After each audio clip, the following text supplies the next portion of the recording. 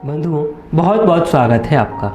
आज पूरे 15 दिन और 2 इतवार के बाद मेरी डायरी के 19वें पन्ने के साथ उपस्थित हूँ। आइए पढ़कर सुनाता हूँ आपको मैंने मेरी डायरी के 19वें पन्ने पर क्या लिखा है। सच कहूँ, ये मेरे दोस्त की एक छोटी सी कहानी है। आइए पढ़कर सुनाता हूँ क्या है वो कहानी या बात। मेरी डायरी, कैसी हो तुम? ठीक ही होगी। बहुत दिन बाद तुम्हारे पन्नों पर लिख रहा हूँ तो सोचा पूछ लूँ तुम्हारा हाल। अब तुम्हारे पन्नों पर न लिखने का कारण बताऊँ तो बस इतना ही कहूँगा। जीवन में किसी का आना शायद उतना असर नहीं करता जितना किसी का जाना। सच है ना? खैर, इन सब बातों से परे जाकर अपने कुछ बीते पल तुमको सुनाना चाहता हूँ। आज मैं कुछ अपने पुराने पल तुम्हारे पन्नों पर लिखूँगा। शायद मेरे दोस्तों की तरह तुम्हारे लिए भी साधारण सी बात हो, पर मेरे लिए पूरे साधारण से परे था या है। उम्र यही कोई 5वीं 6वीं क्लास की, और आज की चर्चा बिल्कुल गंभीर कि कौन कितने देर पढ़ाई करता है। बेल बजने में थोड़ी देर थी रोज की तरह, और कुछ एक को छोड़कर हम सब दोस्त बेल बजे के इंतजार में कुछ गंभीर चर्चा कर लेते। ये कुछ एक इनका स्कूल आना या ना आना, इससे किसी को कोई फर्क नहीं पड़ता। ये मस्त मौला या शायद किसी दूसरी दुनिया के लोग थे जो गलती से रास्ता भटक गए और स्कूल पहुंच गए।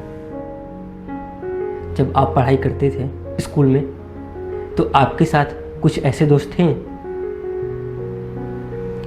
या शायद अपने माँ बाप की इच्छा पूरी करने कि हमारा बच्चा भी स्कूल जाता है। होता है ना ऐसा? कुछ बच्चे होते हैं ऐसे जो बस इच्छाएं पूरी करते हैं अपने माँ बाप की।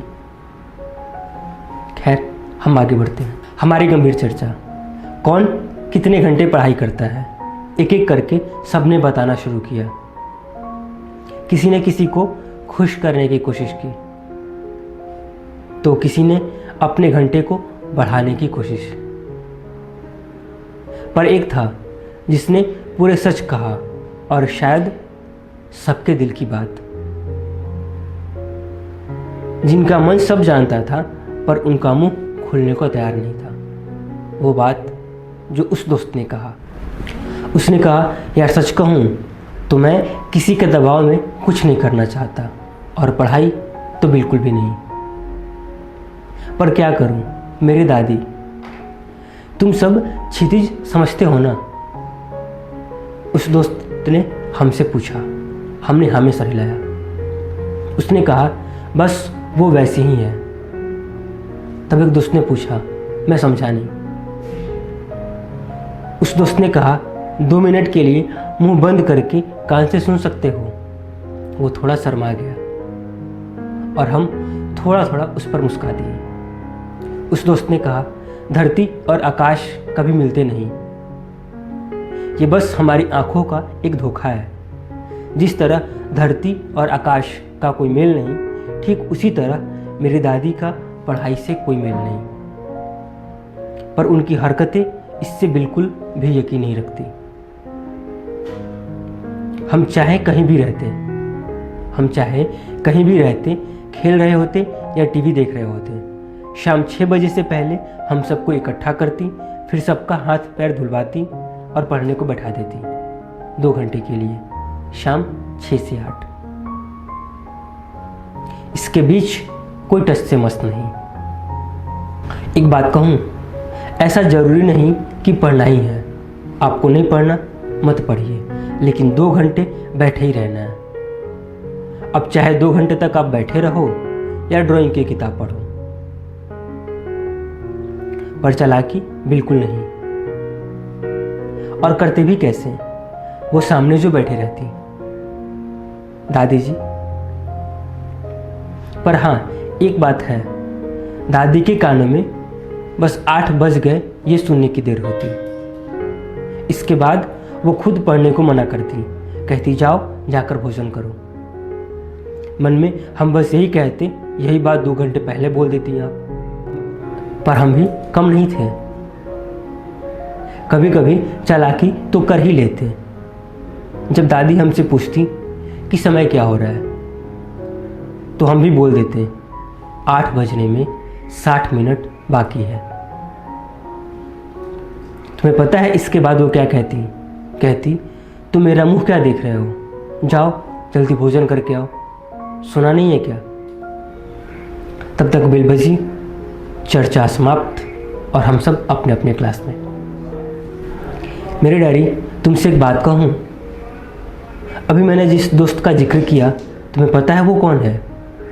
आज सब कुछ है उसके पास, पद, पैसा, पहचान, सब कुछ।